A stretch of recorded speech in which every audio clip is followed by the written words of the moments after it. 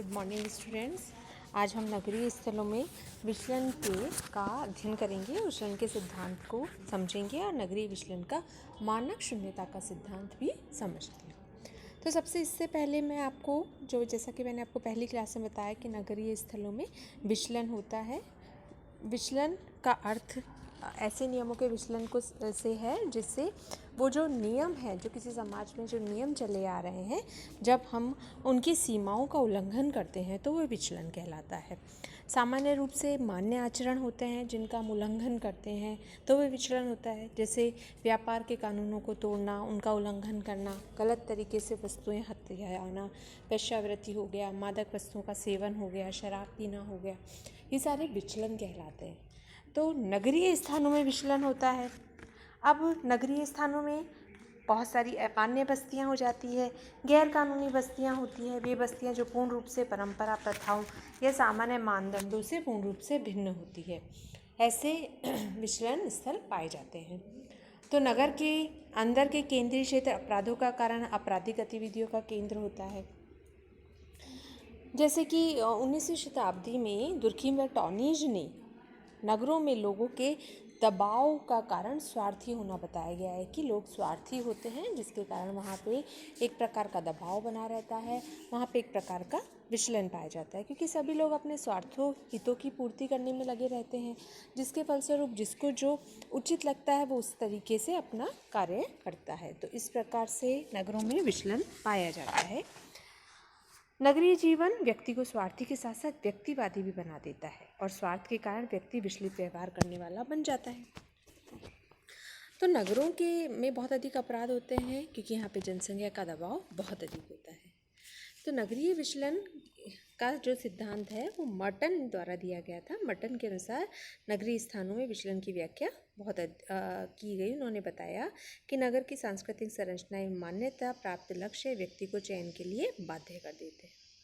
इसी प्रकार से नगर पालिका, नगर निगम, विकास प्रधारणाएं आदि व्यक्ति को अपने आवास संबंधी लक्ष्यों को प्राप्त करने के लिए इन संस्थाओं द्वारा प्रदान किए गए साधनों का भी चयन करने में दबाव डालते हैं। इसी प्रकार से नगरवासी के सामने भी दो विकल्प हैं। पहला, नगर के द्वारा निश्चित लक्ष्यों को स्वीकार करना और दूसरा है नगर से मान्य साधनों को स्वीकार करना। यानी कि नगरवासी जो जिस नगर में रह रहे हैं वहाँ जो निश्चित लक्ष्य हैं उनको या तो स्वीकार करें या अस्वीकार करें। और फिर नगर द्वारा मान्य साधनों को, अब जो नगर ने उन लक्ष्यों को प्राप्त करने के लिए जो साधन प्रदान करवाए हैं उनको मान्य यानी उनको स्वीकार भी कर सकता है और अस्वीकार भी कर सकता है। जब व्यक्ति नगर के द्वारा निश्चित लक्ष्य एवं साधनों का चयन करके व्यवहार करता है तो वह नगर में संतुलन होता है। लेकिन जब व्यक्ति इनमें से किसी एक को भी अस्वीकार कर लेता है, उस नगर में रहते हुए भी उसके नियमों को अस्वीकार करता है, तो फिर विचलन पैदा होता है। जैसे वो नगर के द्वारा बनाए गए के लक्ष्यों को तो प्राप्त करना चाहता है, लेकिन वह वहाँ उसके जो साधन हैं, उन लक्ष्यों तक पहुँचने के जो उस नगर द्वारा मान्य साधन हैं, जब उनको वह अस्वीकार करता है तो वो कहलाता है विचलन। वहाँ वो समस्या आ जाती है। ठीक है।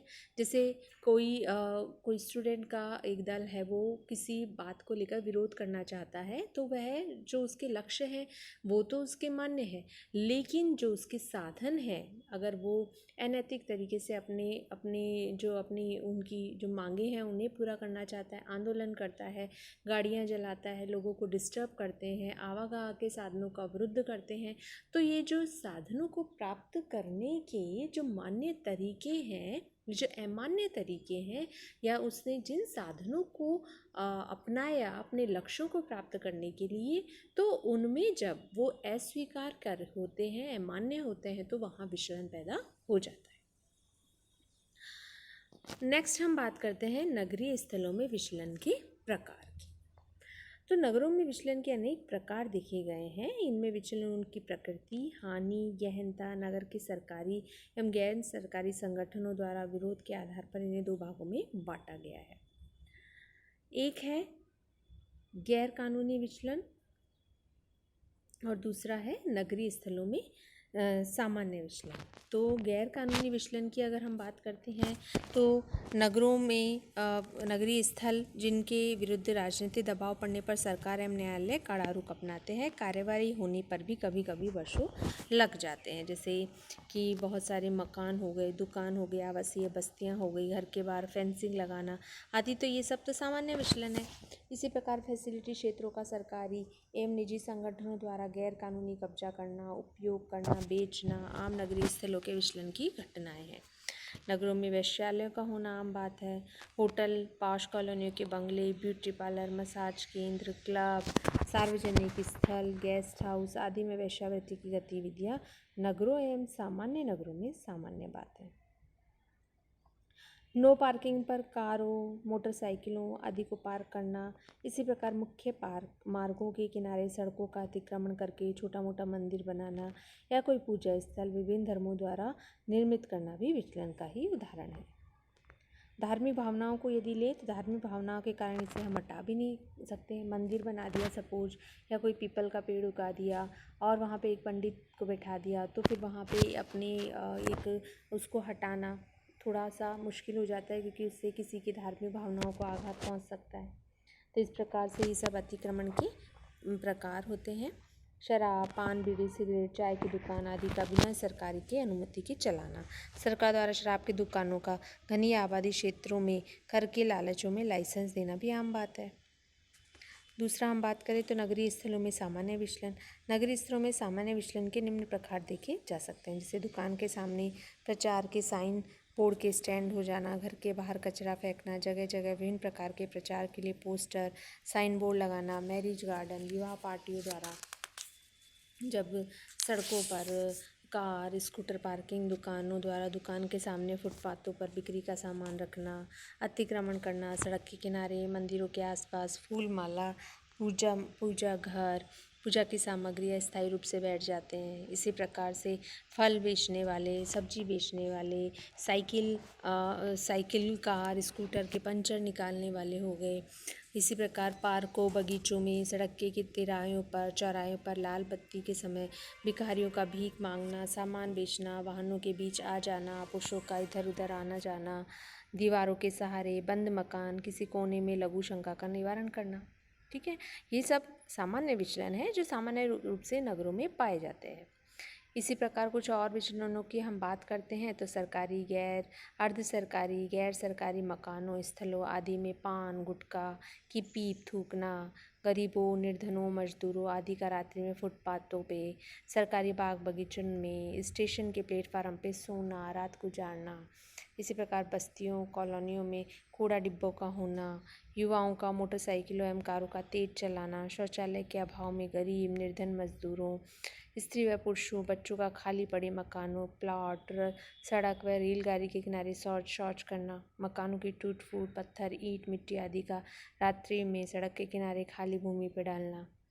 इसी प्रकार विवाह, शादियों, पार्टियों आदि स्तर पर खान पान का आयोजन के बाद कागज के पत्तल, दोने, गिलास, चम्मच, खान पान जूठन के किनारे फेंकना आदि ऐसे अनेकों उदाहरण पाए जाते हैं नगरों में विचलन के, कि नगर के मान्य साधनों को करने के अमान्य तरीके।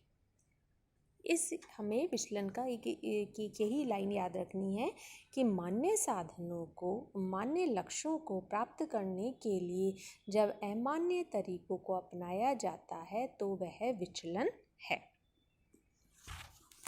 अब हम इसके निरंतर इसकी निष्कर्ष की बात करते हैं तो जनसंख्या सबसे बड़ा कारण नगरों में विचलन का जनसंख्या और जनसंख्या के घनत्व में निरंतर वृद्धि है।